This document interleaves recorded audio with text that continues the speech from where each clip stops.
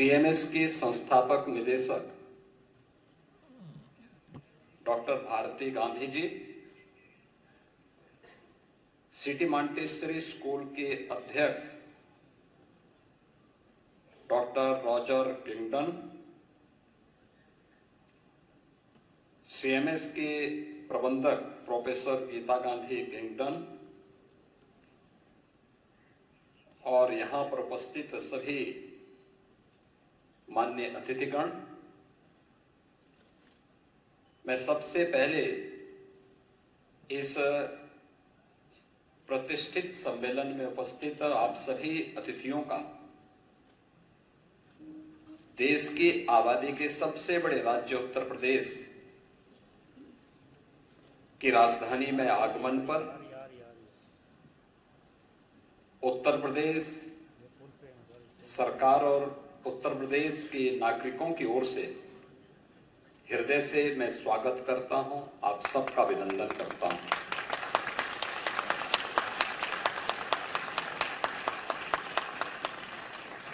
वसुधैव कुटुंबकम यानी whole world is one family has been basic philosophy of India for thousands of years. यानी भारत हजारों वर्षों से पूरी दुनिया को एक परिवार के रूप में मानता रहा है।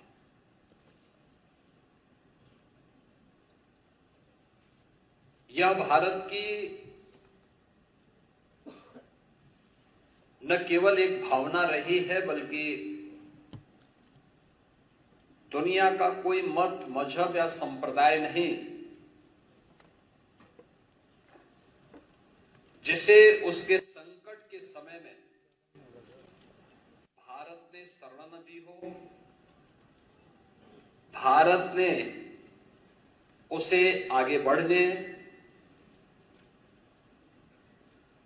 और उसके संरक्षण में अपना योगदान न दिया हो। आज के इस अवसर पर जब हम दुनिया भर से जुड़े हुए न्यायविदों के सम्मेलन के उद्घाटन सत्र में यहां पर उपस्थित हुए हैं, इस अवसर पर सीएमएस लखनऊ के संस्थापक डॉक्टर जगदीश गांधी जी की स्मृतियों को नमन करता हूं, उन्हें विनम्र श्रद्धांजलि अर्पित करता हूं, जिन्होंने global unity, peace and justice के लिए international conference of chief justices का पिछले एक लंबे समय से इस कार्यक्रम का शुभारंभ यहां पर किया और एक दूसरे को समझने और उसके माध्यम से एक नया संदेश देने का प्रयास किया था। हमें इस बारे में यह बात कभी विस्मृत नहीं करनी चाहिए कि दुनिया की वास्तव में समस्या क्या है, और कहीं ना कहीं हम जब इसकी तह में जाते हैं तो हमें लगता है कि डायलॉग एक दूसरे के बीच में नहीं है, या किन्हीं कारणों से स्वयं के वर्चस्व को स्थापित करने के लिए डायलॉग को बाधित किया गया। यह कॉन्फ्रेंस अपने आप में डायलॉग का एक माध्यम है, दुनिया के न्यायविदों के माध्यम से दुनिया की मानवता के लिए, उन लोगों के लिए जिन लोगों ने अपना स्वयं का वर्चस्व स्थापित करने के लिए दुनिया में अशांति और अराजकता का सा वातावरण पैदा करने का प्रयास किया है। आज जब हम सीएमएस के इस प्रतिष्ठित प्रांगण में इस मुद्दे पर विचार करने के लिए एकत्र हुए हैं, हमें यूएन की उस घोषणा को भी स्मरण करना होगा जिन्होंने सस्टेनेबल डेवलपमेंट गोल्स के बारे में दुनिया के राष्ट्रों से आह्वान किया था। सस्टेनेबल डेवलपमेंट गोल्स शिक्षा को लेके, स्वास्थ्य, दुनिया के अंदर कृषि और जल संसाधन के मुद्दे को लेकर, एम्प्लॉयमेंट एंड स्किल डेवलपमेंट के साथ साथ पर्यावरण और वन संपदा की रक्षा करने के जिन 16 गोल्स को लेकर के यूएन ने दुनिया के देशों के सामने एक लक्ष्य रखा था, याद करना उसमें शिक्षा सबसे महत्वपूर्ण है। दुनिया के अंदर जब हम शिक्षा की बात करते हैं तो 2.5 अरब बच्चों के लिए, यानी 250 करोड़ से अधिक बच्चों के लिए क्वालिटी एजुकेशन के साथ साथ वे अपने बस्ते के बोझ से स्वयं ही डिप्रेस न हो, इसके बारे में भी हमें विचार करना चाहिए। क्योंकि महत्वपूर्ण भाव ये कि शिक्षा किसी भी व्यवस्था का, व्यक्ति हो, समाज हो या राष्ट्र हो, डायलॉग की स्थापना man to man, society to society, country to country, यह स्थापित तभी हो सकती है जब हम उसके बेसिक भाव पर विचार करें। ये बेसिक भाव एजुकेशन के माध्यम से हम प्रत्येक बच्चे के मन में, प्रत्येक छात्र छात्रा के मन में पैदा कर सकते हैं। लेकिन आज भी यह एक चुनौती बनी हुई है। दुनिया में जहां अशांति है, जहां पे अराजकता है, जहां वर्चस्व को लेकर के एक दूसरे की संप्रभुता को हड़पने की होड़ हो, वहां पर एजुकेशन, वहां पर हेल्थ, वहां पे सस्टेनेबल डेवलपमेंट की बात अपने आप में एक बेमानी सी दिखती है। और उन स्थितियों में हम सबको इस बारे में विचार करना चाहिए कि कैसे इन समस्याओं के समाधान के लिए हर एक स्तर पर प्रयास किए जाने की आवश्यकता है। हम भी उसमें सहभागी बन सकते हैं।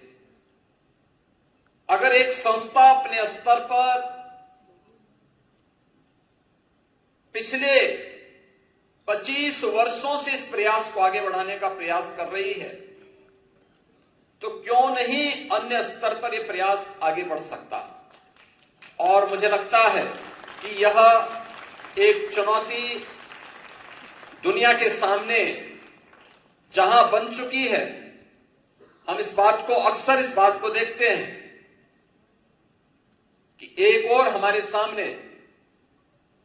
दुनिया के अंदर की प्रतिस्पर्धा एक चुनौती के रूप में है। वही हमारे सामने जलवायु परिवर्तन और उससे उत्पन्न होने वाले संकट भी एक नई चुनौती के रूप में है। याद करना, हमारे सामने इमर्जिंग टेक्नोलॉजी जीवन को सहज और सरल करने में जहां उपयोगी भूमिका का निर्वहन कर रहे हैं, वहीं इसके द्वारा उत्पन्न वे अभूतपूर्व कानूनी चुनौतियां भी हम सब के सामने खड़ी हुई हैं, जिनके माध्यम से साइबर क्राइम, डेटा चोरी के और अन्य तमाम प्रकार की एक नई समस्या दुनिया के सामने खड़ी हुई है। ऐसे अस्थिर समय में न्याय, नैतिकता और अंतर्राष्ट्रीय कानून विश्व शांति और मानव सभ्यता के लिए एक बड़ी लकीर खींचने में महत्वपूर्ण भूमिका का निर्वहन कर सकती हैं। हम सबको यूएन के द्वारा 80 वर्ष पहले जिन बातों को उन्होंने घोषणा की थी, उस पर एक बार फिर से विचार करना चाहिए, जो उन्होंने उस समय की दुनिया के बारे में कहा था कि दुनिया को अब एक अधिक न्यायपूर्ण, समावेशी और जवाबदेह वैश्विक प्रणाली की आवश्यकता है। और 80 वर्ष पूर्व किए गई इस घोषणा की सार्थकता आज भी उसी रूप में बनी हुई है। आज हमारी आवश्यकता है कि हम केवल उन पुरानी बातों तक सीमित न रहें, बल्कि आज की उन ज्वलंत समस्याओं के बारे में भी हमें विचार करते हुए जलवायु परिवर्तन, साइबर सुरक्षा, स्वास्थ्य के संकट, वैश्विक आतंकवाद जैसे मुद्दों पर भी मुखर होकर के यूएन जैसे प्लेटफॉर्म का बेहतर उपयोग करना चाहिए। एक ऐसे व्यवहारिक और उद्देश्यप्रद गठबंधन को जो और भी प्रभावी हो सके, इसे आगे बढ़ाने की आवश्यकता है। इसके बारे में हमें भारत की उस प्राचीन व्यवस्था पर विचार जरूर करना चाहिए, जहां पर हमने इस पूरी व्यवस्था को 5 अवयव पर आधारित मान करके पृथ्वी, जल, तेज, वायु और आकाश, इन सब की उपासना को इसका आधार मान करके भारत की परंपरा ने सदैव इसे अपने जीवन का हिस्सा मान करके इनकी पवित्रता को, इनकी सुरक्षा को और इनके संरक्षण को सदैव प्राथमिकता दी। और दुनिया के लिए वर्तमान में जलवायु परिवर्तन की चुनौती हो या फिर इसके माध्यम से उत्पन्न उन वैश्विक संकट के समाधान का रास्ता, भारत की उस सोच के माध्यम से समाधान का एक रास्ता निकाल सकती है। हमने इस युग की सबसे बड़ी महामारी कोविड महामारी को दुनिया ने झेला है। याद रखना, एक पुरानी कहावत है कि अगर कोई व्यक्ति कहीं पे आग लगी हो और उससे अपने को निश्चिंत पाता है, तो अगर आज दूसरे के घर में आग लगी है और आप उससे स्वयं उत्साहपूर्ण तरीके से और उमंगपूर्ण तरीके से निश्चिंत होकर के सो रहे हैं, तो ये मान करके चलिए कि कल वह आपको भी अपने आगोश में ले सकती है। दुनिया आज जिस चुनौती से जूझ रही है, चाहे वह जलवायु परिवर्तन का हो, साइबर सिक्योरिटी का हो या फिर आतंकवाद का हो, अगर कोई भी देश या कोई भी समाज इन सभी मुद्दों से आंखें बंद करके दुनिया की मानवता के सामने संकट खड़ा कर रहा है, तो मान करके चले कि यह संकट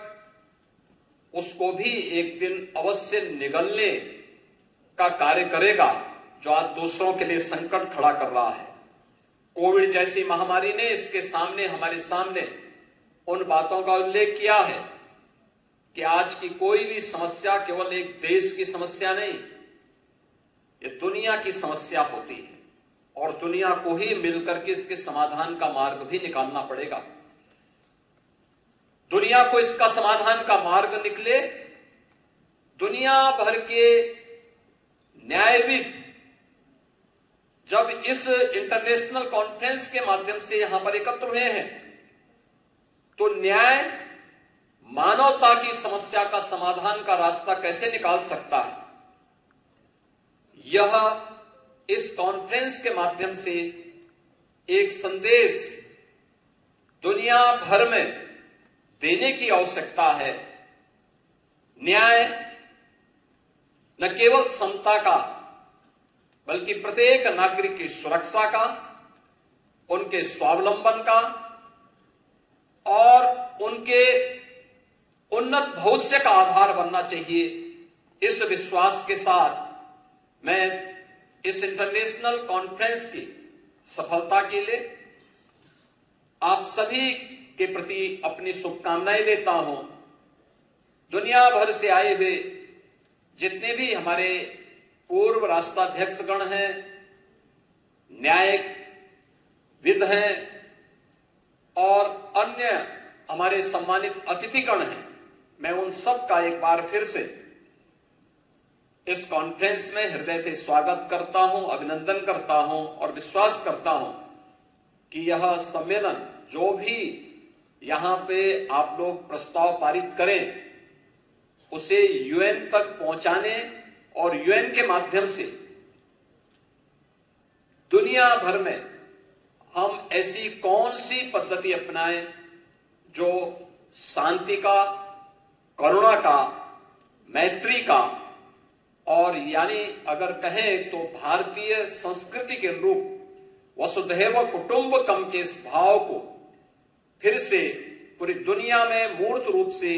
प्रस्तुत करने में सफल हो, इस विश्वास के साथ इस पूरी कॉन्फ्रेंस के प्रति मैं अपनी मंगलमय शुभकामनाएं देता हूं। धन्यवाद। जय हिंद।